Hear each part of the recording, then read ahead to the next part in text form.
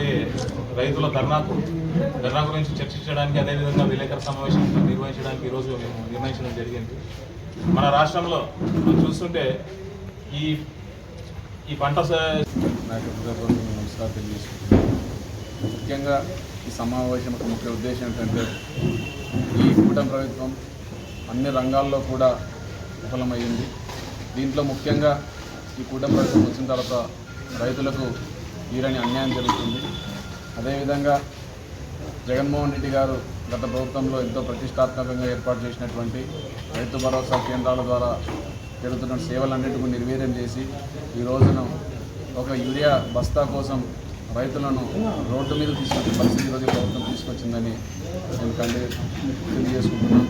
అదేవిధంగా ఈరోజు మన రాష్ట్రంలో ఎక్కడిది యూరియా కొరత ఉంది కాబట్టి ఖచ్చితంగా ఈ ప్రభుత్వం వెంటనే యూరియా కొరతను తీర్చి రైతులు పండించి ప్రతి పంటకు కూడా గిట్టుబాటు ధర కల్పించాలని నేను కోరుకుంటున్నాను.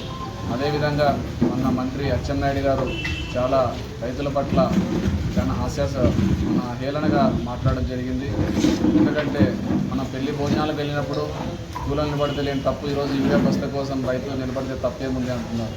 అంటే రైతులంతా నీకు అంత చిన్న చూపుగా కనిపిస్తుంది, ఓట్లు వేసుకున్నప్పుడు నీకు ఆ రోజు ఈ పరిస్థితి కనిపించలేదు. ఈరోజు మీరు గద్దెనెక్కిన తర్వాత ఈ మాటలు మాట్లాడడం చాలా సిగ్గుచేటని వెంటనే అచ్చెన్నాయుడు గారు రాష్ట్ర రైతాంగానికి అన్నిటి కూడా క్షమాపణ చెప్పాలని కోరుకుంటున్నాను.